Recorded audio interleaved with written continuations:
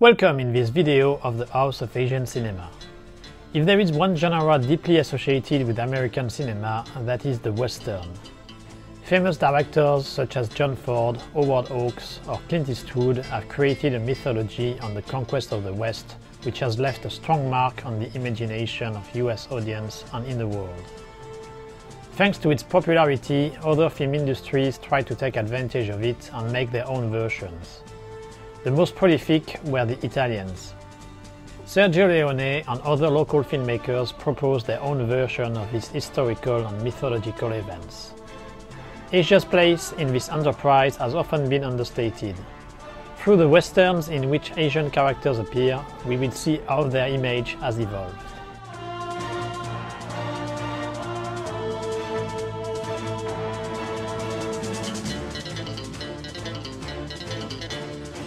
Let's start with a few historical reminders. If the first Asians to have set foot on the New World were from the Philippines, once the United States of America were created, most of its immigration from Asia came from China. It started in 1848 with the gold rush, when Chinese immigrants hoped to become rich finding gold. There were also internal factors behind their willingness to move so far. The Qing dynasty was in a very bad state, suffering from repeated conflicts with the Western powers and experiencing serious problems in agriculture and heavy tax burden. The Taiping Rebellion, which started soon after, didn't make things easier for the little people. Most of the Chinese immigrants came from two areas, Guangdong and Fujian. Their goal was to make the most money in the less time possible and then come back successfully in China. That's why most of them were men and their wives stayed at home. Fairly small at the beginning, the immigration rose steadily, and at the end of the 1850s, 1/5 of the population in the mining regions were made up of Chinese immigrants. This presence quickly led to racist and aggressive reactions. And if it was the Latino community which was first targeted, the Chinese one followed quickly. As soon as 1852, some special taxes aimed at minorities were created in California. To increase their security in this hostile environment, Chinese community gathered, leading to the establishment of the first Chinatowns, and switched jobs. Working originally as miners, construction or agricultural workers, they became restaurant or laundry owners to avoid being in competition with the white workers. That was not enough to avoid further discriminative measures. And in 1875, a law was passed forbidding immigration from Chinese women. 7 years later, the China Exclusion Act was voted, banning any Chinese immigration, men or women, to the US for 60 years. The void left by this interdiction was soon filled by Japanese immigrants, recently allowed by the government to leave the archipelago. In 20 years, around 140,000 Japanese immigrated to the USA, with a small difference compared to their Chinese counterparts. They brought their wives with them. It was stopped in 1907, and once again that led to another wave of immigration from Asia, this time Koreans. But we will leave it there, as that leads us further than the conquest of the West we are dealing here. Since its creation in 1903 with the Great Train Robbery to the many other films that followed during the subsequent decades, the Western genre has always promoted a white-centric vision of the USA. Other colors were at best insignificant, at worst hostile, as the treatment of native Indians illustrated. It was a deliberate choice. For example, George Sherman's Tomahawk or John Ford's Illustrious The Searcher were based on real characters who happened to be black. Asians experienced a similar treatment from Hollywood, being erased from the formative event they had taken part in, or at best being figured as vague extra.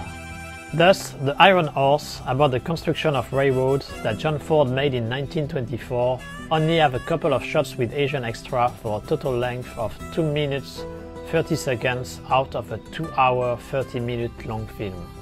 Asia's influence on the genre happened indirectly through the popularity of samurai films in American and European film circles, and especially the one made by Akira Kurosawa. Thus, when Seven Samurai was released in 1956, 2 years after Japan, the idea of remaking it quickly appeared in Hollywood's executives' heads. It was producer Lou Moorheim who managed to get the rights first, before being bought again by Yul Brynner. The film was finally made in 1960 under the direction of John Sturges with the title The Magnificent Seven. A bit later, it was an Italian director named Sergio Leone who decided to remake an Akira Kurosawa's film with a Western setting. The Japanese film was Yojimbo and its remake, A Fistful of Dollars, which success kick-started the spaghetti western wave. Akira Kurosawa was always been open about his love of John Ford's work, almost ended up directing his own western in the USA when he was proposed to make Custer of the West in 1967. But the Japanese filmmaker didn't follow up on the offer and it ended up being made by Robert Siodmak. The first western to feature prominently an Asian was European. It was Today We Kill, Tomorrow We Die by Tonino Cervi, produced in 1968. The Italian movie managed to get its hand on the charismatic Tatsuya Nakadai, probably a way to pay tribute to Japanese cinema for its indirect help in making European western popular, thanks to the success of the remake of Yojimbo, in which Nakadai appeared. But having an Asian character was probably still too daring, so Nakadai plays a bandit whose name sounds Mexican and leading a group of Indian mixed blood. Nakadai is James El Fiego, a ruthless criminal responsible for the death of Bill Kiowa and its following prison time. When he finally leaves his jail, Kiowa hires several tough guys to assist him in his quest for vengeance. Today We Kill, Tomorrow We Die is a decent spaghetti western mostly remembered now for the people who have made it. Alongside Nakadai, there is Bud Spencer and Dario Argento at the scriptwriting than for its own merits. Tatsuya Nakadai seems to have fun playing the cruel gang leader, and his tendency to use swords and knives is most likely a nod to his long experience at playing samurai on the big screen.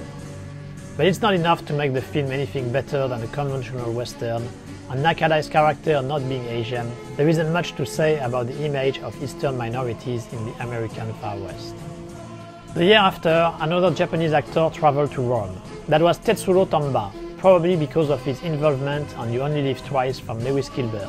This time we move one level higher as Tamba is indeed playing a Japanese. For those who would not have guessed it, his name makes it painfully obvious: Samurai.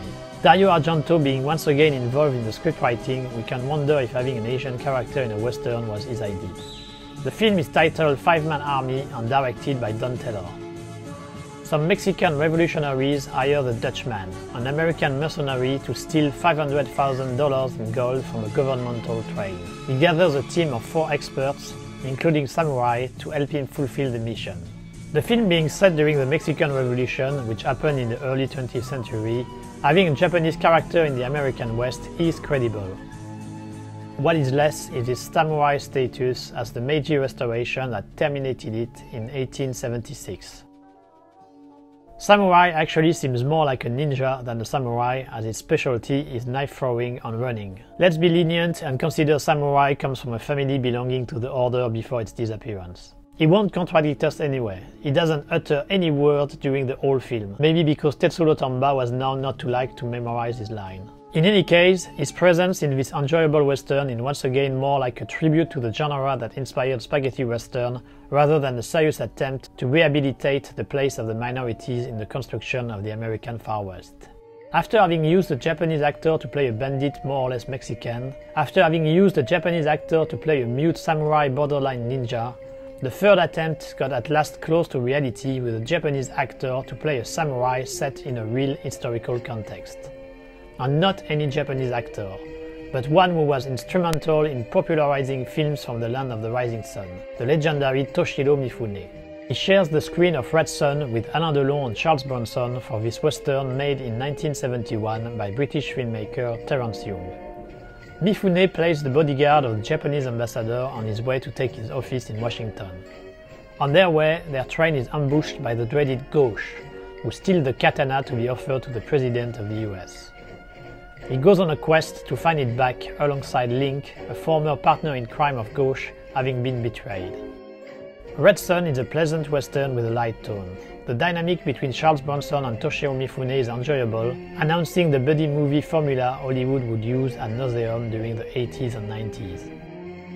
Cultural differences provided by the presence of a samurai in the Far West are well played and are the source of some good laughs without being overtly parodic, in part because of the seriousness of Toshiro Mifune. The main strength of the film is also its greatest weakness. There is no reflection on the place of Asians in the American West. Still, the film has enough star power, beautiful Spanish landscapes, and fun gunfights to be considered quality entertainment. Following the international success of Bruce Lee in 1973, the center of attraction of Asian cinema moved from Tokyo to Hong Kong. At the same time, the Kung Fu TV series with David Carradine playing a Shaolin monk wandering in the American Far West encountered great success during its airing in 1972. Quite logically, Italian Western kept using Asian actors to confront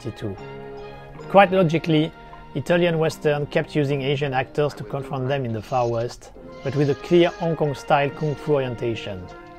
Thus, barely a few months after Enter the Dragon's release, filmmaker Mario Kayano tried his chance in this mix of genre with My Name is Shanghai Joe, but rather than hire a Hong Kong actor, the producers chose to use a karate Wado Ryu master based in England, Miyoshi Nayakawa. He was renamed Chen Li in order to create an artificial link with the little dragon.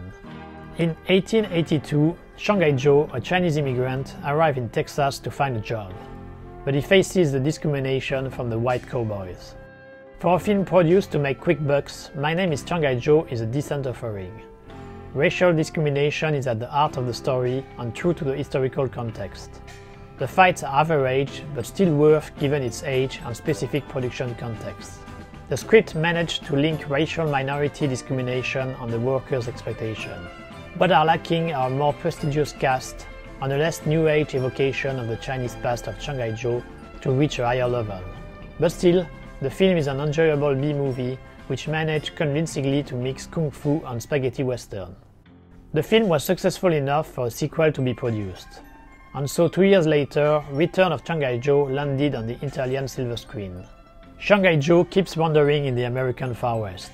This time, he will oppose Pat Barnes, a landowner who oppresses the local population.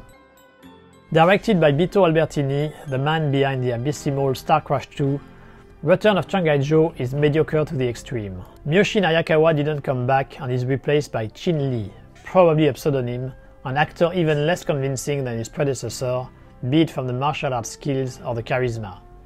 There is no thinking or contextualization related to being Chinese in the American Far West. Instead, we are offered lowbrow comedy, a poor man's version of Terence Hill and Bud Spencer, a lazy script, and action on automatic pilot. To the garbage bin. Another film with a similar concept as My Name is Shanghai Joe was released in 1973. Titled Kung Fu Brothers in the Wild West, it was directed by Young Mani and shot also in Spain. Jason Paipiao is Tien, a martial art expert looking for his brother after the latter escaped to the USA so he would not have to fight for the Kun succession. But when he finally finds him back, the small town where he took refuge is under the control of a band of outlaws. As that was the case on Shanghai Joe, racism is central to the story. But the way it deals with this serious issue is considerably less subtle than its Italian counterpart. The US are shown as a living hell for the characters.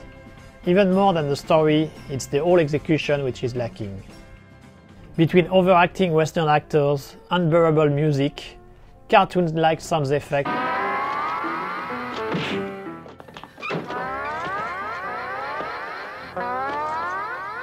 and the general crappiness when it comes to the technique, Kung Fu Brothers in the Wild West is a torture for the viewer. Only the fights are a bit better comparatively, but are still not enough to save the film from mediocrity. It has been quickly forgotten and there's no reason to dig it now.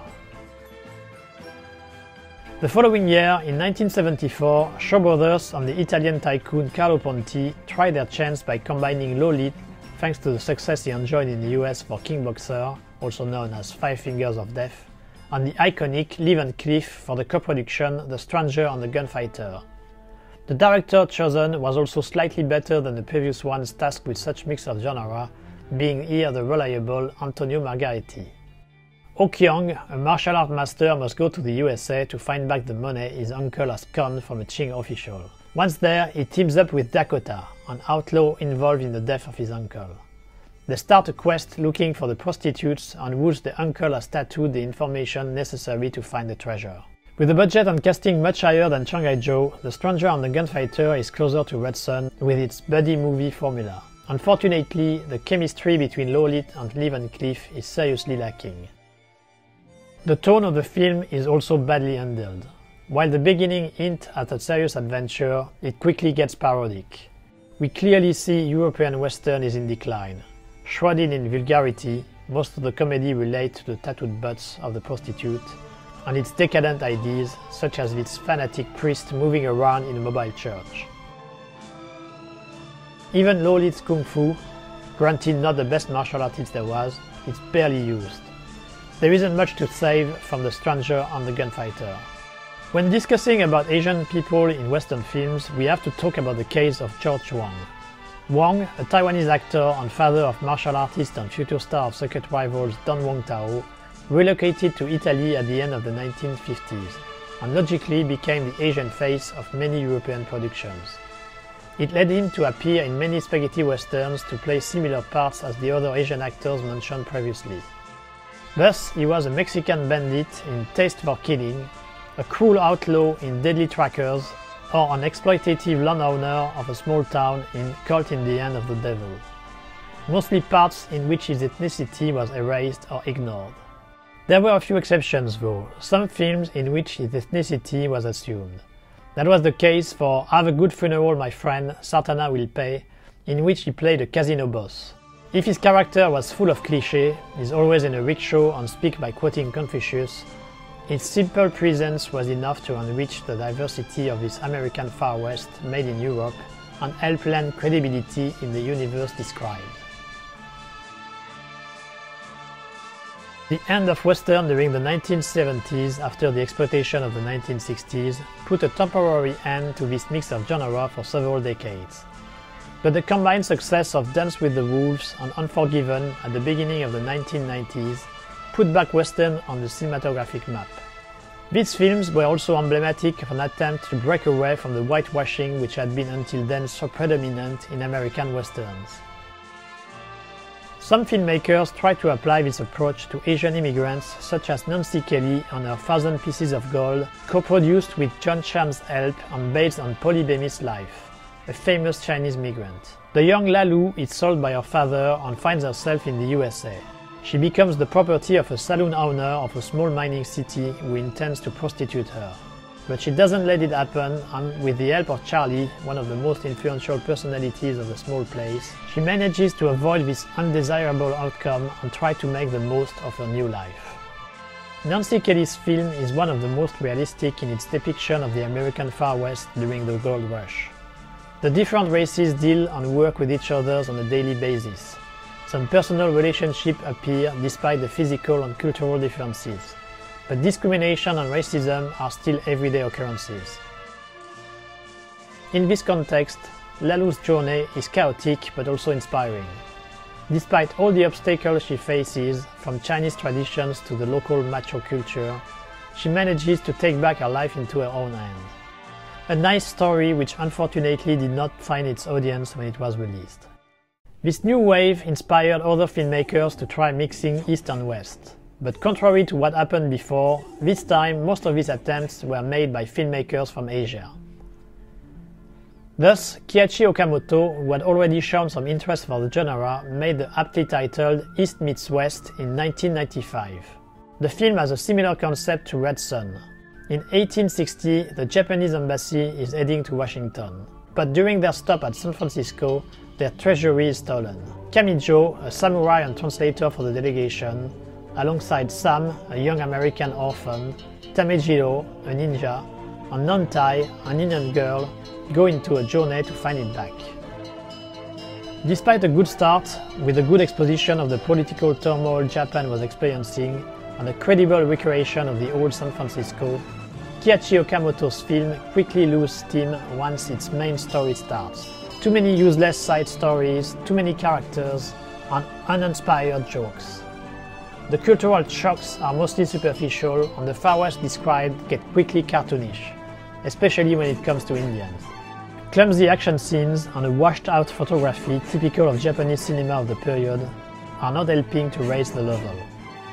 At best, we will save the father-son relationship between Kamijo and Sam, but even that lacks development. Funny detail, while the film has a similar starting point to Red Son, it also borrows some ideas from the mediocre The Stranger and the Gunfighter. The year after, another director who had shown an interest for the genre traveled to the US to pit a martial art icon against Indians and desperados. The director is Sammo Hung on the movie Once Upon a Time in China and America. We follow once again the doctor from Foshan alongside 13th Aunt and Clubfoot traveling in the US for the opening of his disciple's Source Clinic. On their way they are attacked by a band of Indians and Wang Fei-hung loses his memory in the scuffle. Often criticized by the fans of the Once Upon a Time in China series, Once Upon a Time in China and America is nevertheless a logical progression for a series who had touched on the relationship with America since its start. Moreover, to give the project to Sammo Hung, who made the very enjoyable Oriental Western Shanghai Express, made perfect sense. Still, it's impossible to deny the final result is disappointing.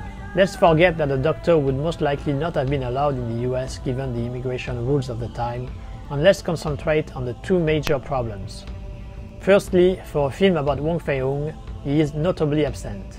Most of the story revolves around his disciples and their new local friend, Billy, and when he appears, he's just a shadow of himself because of his memory loss.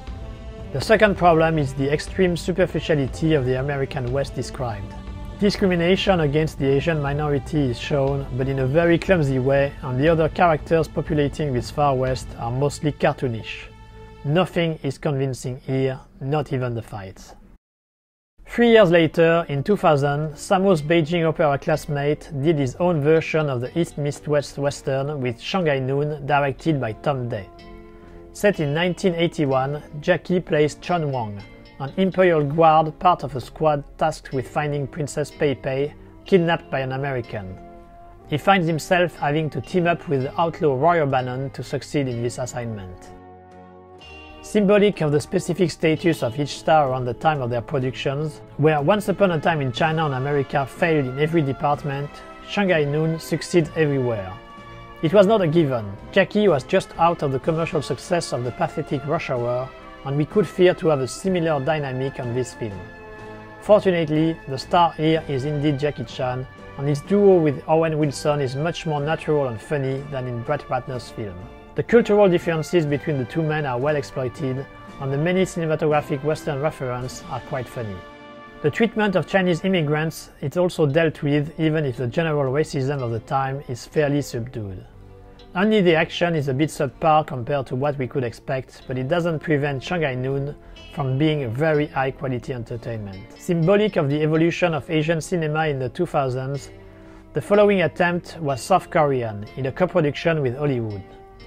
Called The Warrior's Way, its main protagonist is Yang, an assassin who refused to kill the last member of an opposite clan, a baby. He lives with her and finds refuge in a small town of the American West. Unfortunately, his former clan is still looking for him. Of all the films discussed in this video, The Warrior's Way is the weirdest. Weird by its atmosphere. The movie borrows heavily from the codes of martial arts film and was shot in New Zealand with a heavy dose of filters and digital special effects. So much so that it feels less like being in the American West of the end of the 19th century and more like in a post-apocalyptic Australia with a hint of wuxia-pian. If that makes for a very unique, almost surreal atmosphere, the film doesn't exploit it to its fullest. Jung Dong-gun is unable to make his character appealing, and the fights are spoiled by an overuse of special effects. The colorful supporting cast help to keep our attention, but that's not enough to make of The Warrior's Way an artistic success. One of the most recent attempts happened in 2016 with an independent Chinese-American production called The Jade Pendant, directed by a veteran of the Hong Kong film industry, Po Chi-leung. Its story shared many similarities with Thousand Pieces of Gold. Set in 1970, we follow Ying Ying, a young Chinese girl who, to escape an arranged marriage, lives to the US with her best friend. They end up in a brothel, but Ying Ying manages to keep her virtue by doing some housework. Until she meets Tom, another Chinese immigrant looking for gold. The Jade Pendant script is partially based on the Los Angeles Chinatown massacre of 1871, when hundreds of people wreaked havoc and killed about 20 Chinese immigrants. But that feels only 1/3 of the story, and the rest of the script is mostly a copy of what happened to Polybemis, already at the origin of Thousand Pieces of Gold. Sadly, Jade Pendant suffers from the comparison. The actors, most of them former models, are too artificial, the American West reconstitution often look cheap, and the addition of kung fu sequences do not add in credibility. No doubt there were some good intentions, but the final result is too clumsy to be convincing.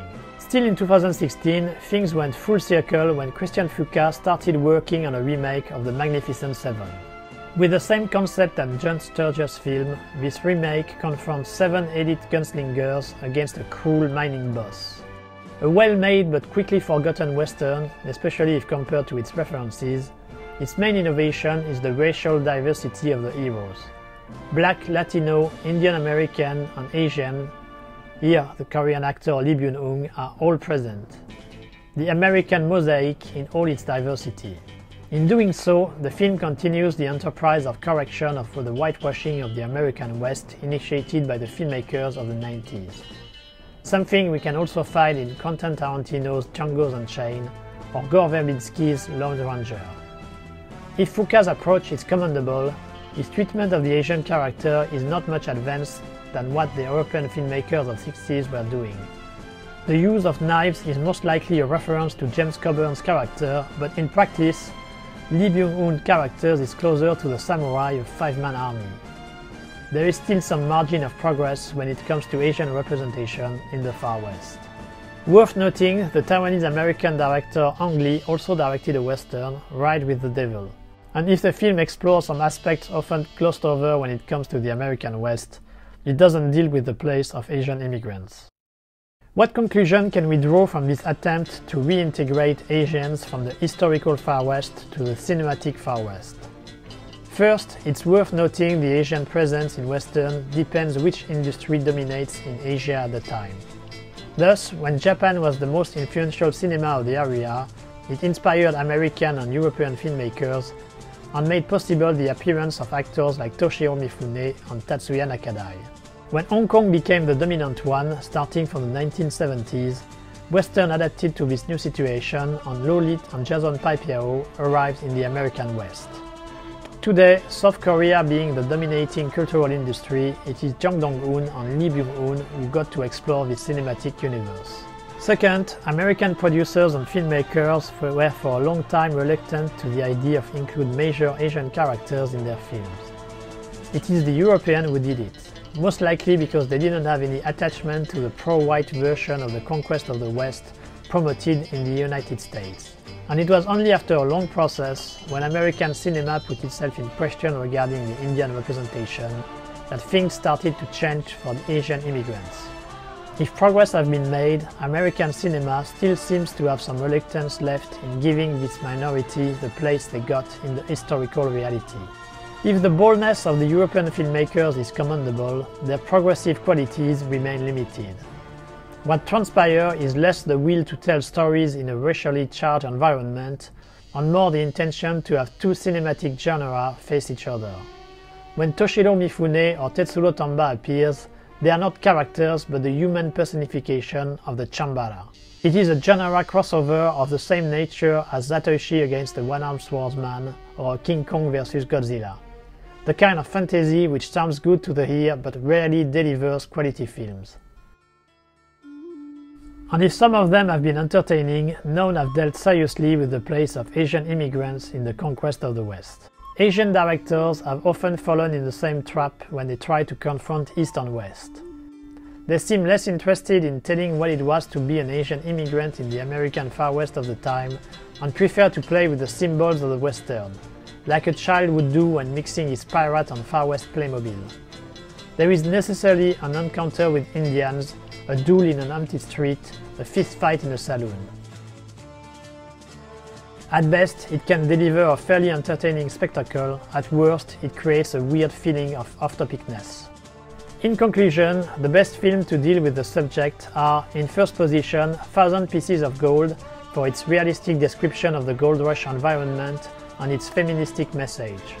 In second position, we have Shanghai Noon for its high entertainment value and its ability to use cinematic references in a light way. In a third position ex aequo, we find Red Sun and Shanghai Joe. The first one because it was the matrix of most of the westerns mixing West and East, and it has a 4-star cast and a solid artistic direction. The second, because it deals with the issue of discrimination and exploitation while providing the required dose of Kung Fu. Thank you for having watched this video.